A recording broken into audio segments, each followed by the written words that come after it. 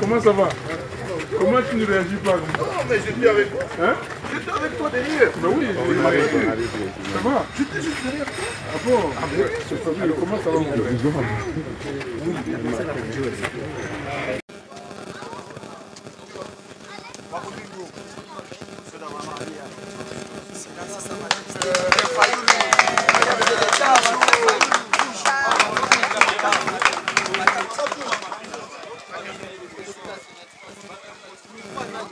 Chers amis de la presse, bonjour. Au nom de mes collègues, Moïse Katumbi, Délice Sanga et Martin Fayoulou, je voudrais prendre la parole pour vous exposer les 5 points principaux à l'ordre du jour. Le premier point, c'est l'objet de cette marche. La marche de l'opposition, la marche du peuple. L'objet, c'était de protester, contre l'insécurité presque généralisée dans l'ensemble du pays. Nul ne pouvait imaginer que les alentours de la ville de Kinshasa pouvaient être aussi affectés par l'insécurité. Mais c'est le cas. Ce n'est plus l'Est uniquement, mais c'est l'ensemble du pays. Deuxième point, c'est la vie chère. Autant le bas peuple vit dans des conditions de vie difficiles, autant nous tous, y compris les journalistes que vous êtes, vous prélevez la température de la vie chère. Parce que tout le monde va au marché. Même les lipas, les simples lipas, il y a manioc, les prix montent, ou c'est la quantité qui diminue. Et je pense que le niveau est devenu inacceptable. Le troisième point, c'est protester contre un processus électoral chaotique dont on connaît l'objectif principal, c'est de faire réélire le président Tshisekedi qui est au pouvoir en dépit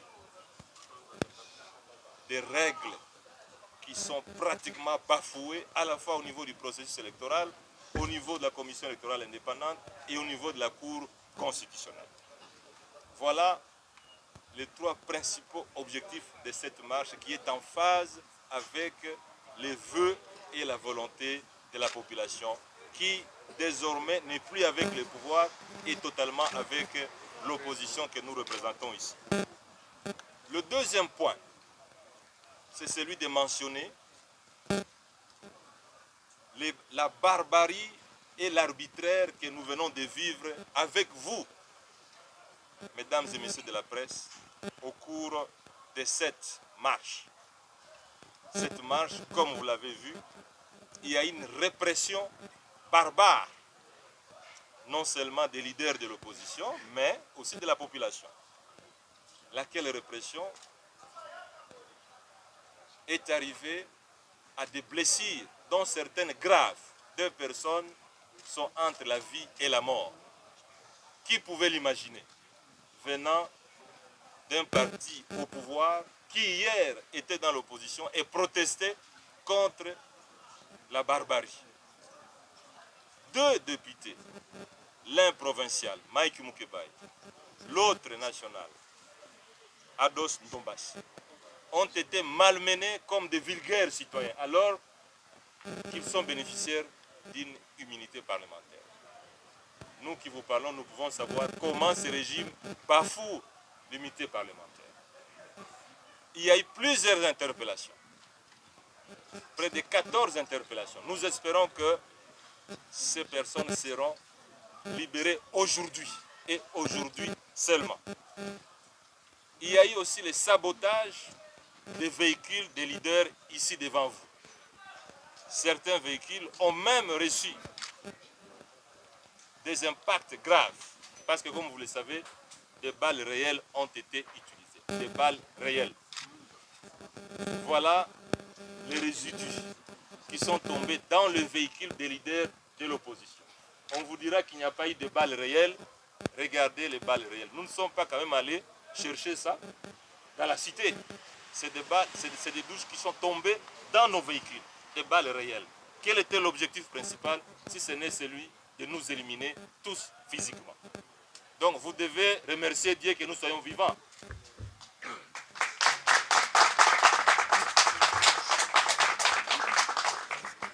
Le point suivant, c'est annoncer.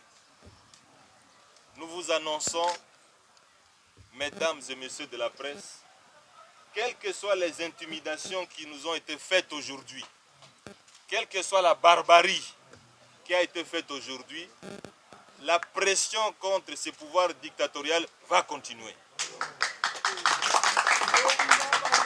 Dès le jeudi prochain, sit-in devant cette mascarade de décennies. Jeudi prochain, nous invitons la presse, tant nationale qu'internationale, à vivre les sit-in que nous allons faire devant cette mascarade de décennies. Ce n'est plus une commission électorale indépendante, c'est une structure privée du pouvoir pour préparer la victoire d'une certaine catégorie de gens, qui malheureusement est dévouée et dénoncée par la population. Donc, le jeudi prochain, nous vous invitons. Nous n'allons pas aussi nous arrêter au sit-in. Mais à partir de jeudi, quand nous allons terminer le sit-in, nous allons vous donner la prochaine étape. Parce qu'aujourd'hui, vous venez de vivre un scandale.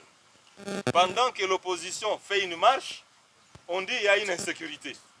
Mais au même moment et au même endroit, le pouvoir fait une marche et il n'y a pas d'insécurité. Qui pouvait l'imaginer? Avec des machettes. Qui pouvait l'imaginer que ce soit le président Tshisekedi, dont le papa a passé près de 37 ans en train de lutter le même injustice que nous vivons aujourd'hui? Qui pouvait l'imaginer? Mais vous avez été témoins.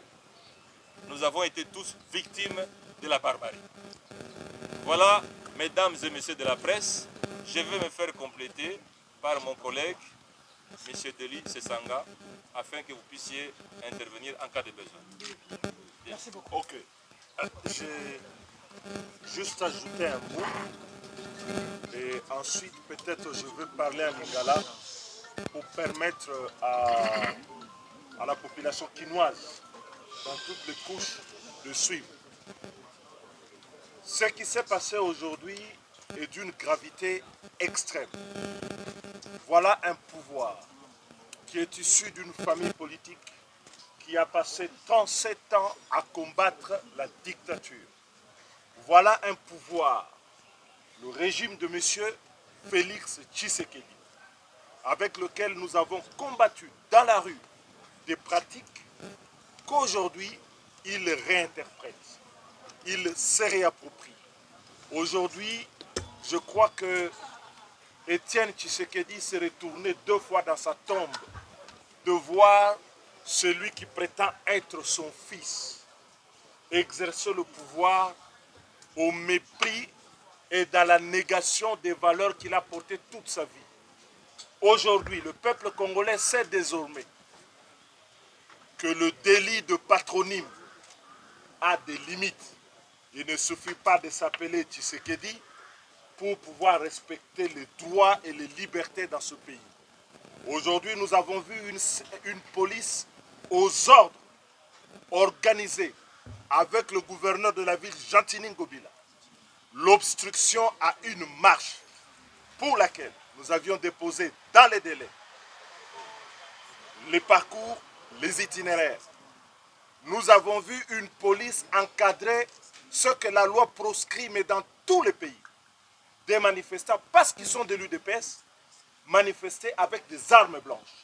À croire que ce que M. Jean-Tini Ngobila a dit, a avancé comme raison du report de notre marche du 13, c'était une insécurité, mais une insécurité créée, organisée, encadrée par le pouvoir, le régime en place, qui désormais a peur de voir le peuple congolais exprimer en toute liberté, de manière pacifique, sa réprobation et le rejet du régime actuel. Et donc, comme l'a dit le collègue Matata, nous allons continuer. Ce n'est que le début. Les calendriers des actions vous seront annoncés dans les prochains jours par rapport à ce que nous allons faire ici à Kinshasa et pourquoi pas sous l'étendue du pays. Nous voudrions également remercier les Congolais qui ont été présents, qui n'ont pas reculé devant les intimidations et qui sont restés avec les 4 leaders sur le lieu de la marche avec une seule ambition de marcher et d'exercer leurs droits citoyens. Na Mokuse, na Lingala, na lobi boy. Biso tambolaki pona kobuka eloko moto te, pona koyiba te. Lelo eloko kamisi biso eza ya komona hôtel de ville à Kinshasa, M. Gentini Ngobila, na régime ya Papa Tshisekedi oyo, Papa Tshisekedi yatiki bato balobi bazali bana na ye, bakitani na ye, pe bakosala makambo ye moko abundisaki vi na ye mobili. Tokomi komituna eske penza Chilombo azali penza mwana politique ya Papa Tshisekedi. Ya kokamwa lelo na Kinshasa Tshisekedi na pouvoir bako beta masasi badui oyo bakosa bino te tolandi na baradio balobi babeti babal te ba oyo euti misatu tolokoti kuna na terrain bako beta babal réel na tinani baboma bato makila ya bana mboka etanga eloko biso toboya na mboka na biso totambolaki tolobi pasi eleki kwanga emati prix meza kokonda lipa emati talo pe bakondisi yango même lipa o bango moko balobi ba kosana manyoko e komona na te pe emati talo yango tolobi biso baso tokotambola po pasi eleki tokotambola parce que moyibi eleki likambo na kanyaka likambo na corruption likambo na impunité okotambola komona moto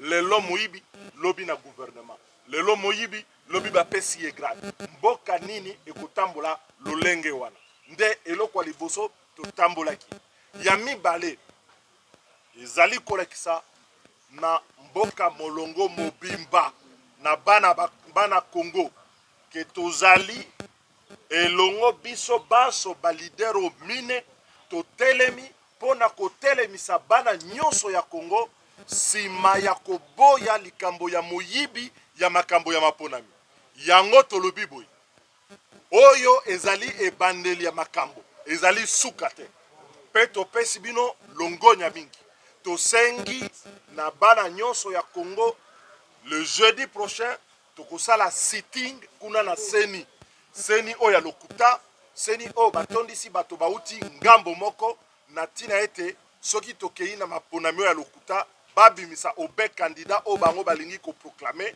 a gagné te babimisa ye lokola président de la République babimisa badepute oyo ya konome eloko ya misato tolobi insécurité eleki na mboka na biso insécurité eza kouta wapi eza kouta banguna bakoti mboka na biso solo meza kouta pe na badesizio ya mabe baza kokamata bisimbasimba bakota EAC mabe babima EAC mabe basala état de siège mabe bato oyo bazali capable na capitale ya koencadrer bato bakotambola na bamachete mpo na marche bakokotisa sécurité na ndenge nini na kati na mboka yango tolobi boye tokotambola contre insécurité tozali nsima ya mapinga ekolo na biso kasi totie mpe mosapi tolakisi ete mabe oyo ezali na cadre ya insécurité euti na badesizio mabe oyo gouvernement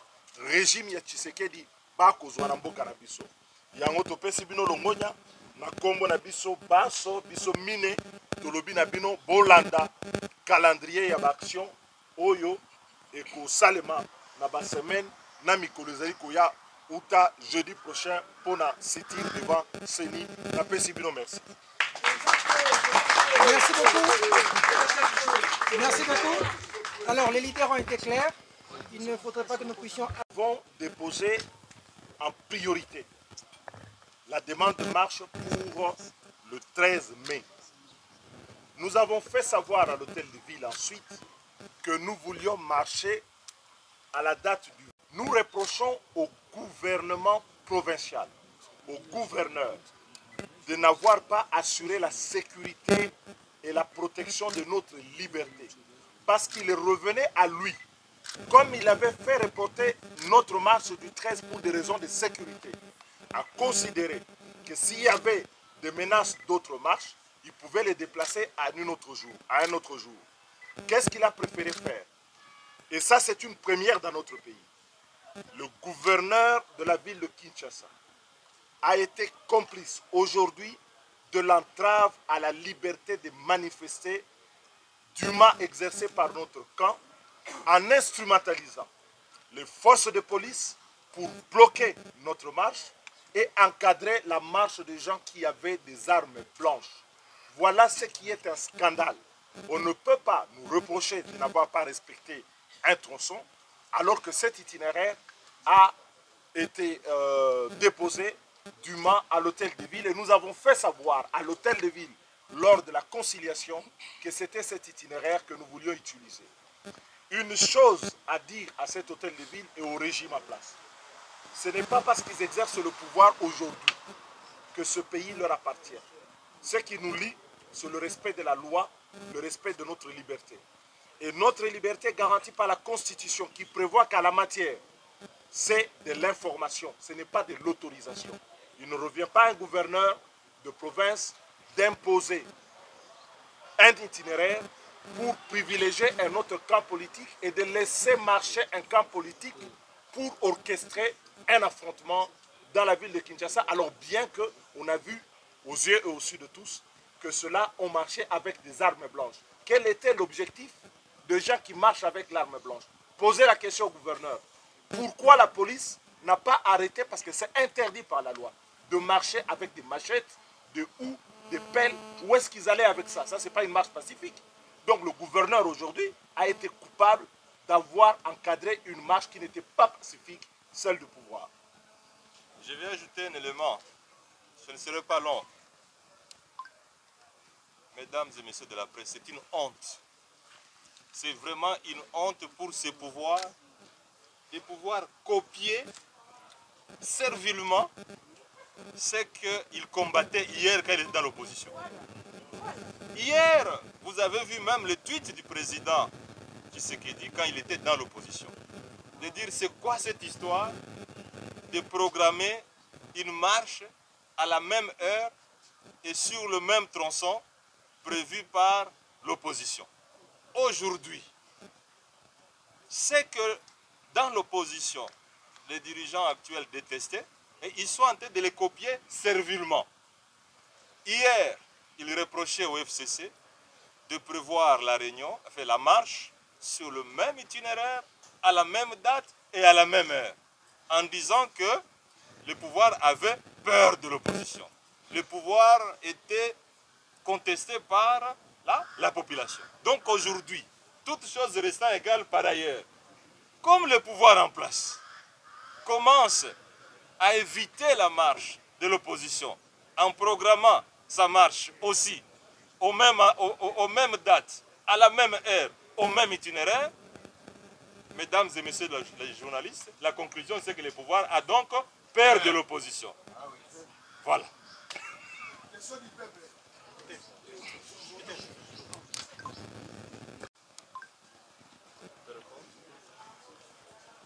Vous avez posé la question et vous avez aussi donné la réponse.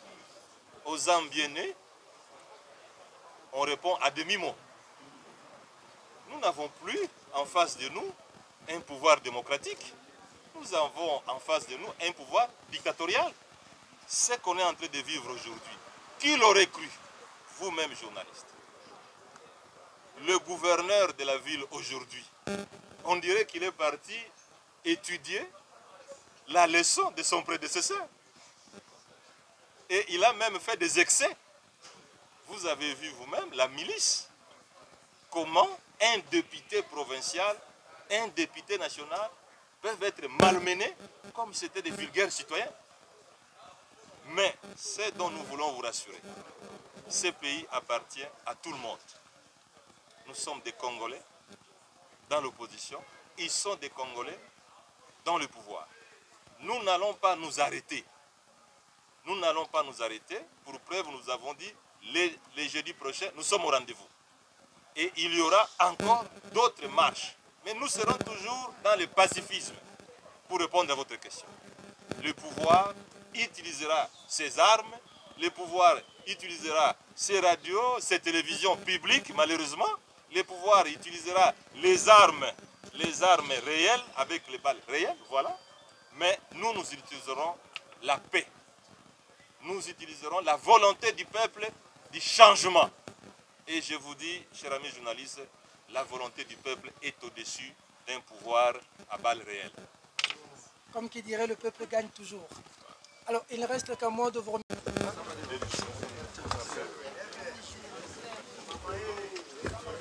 Calmement.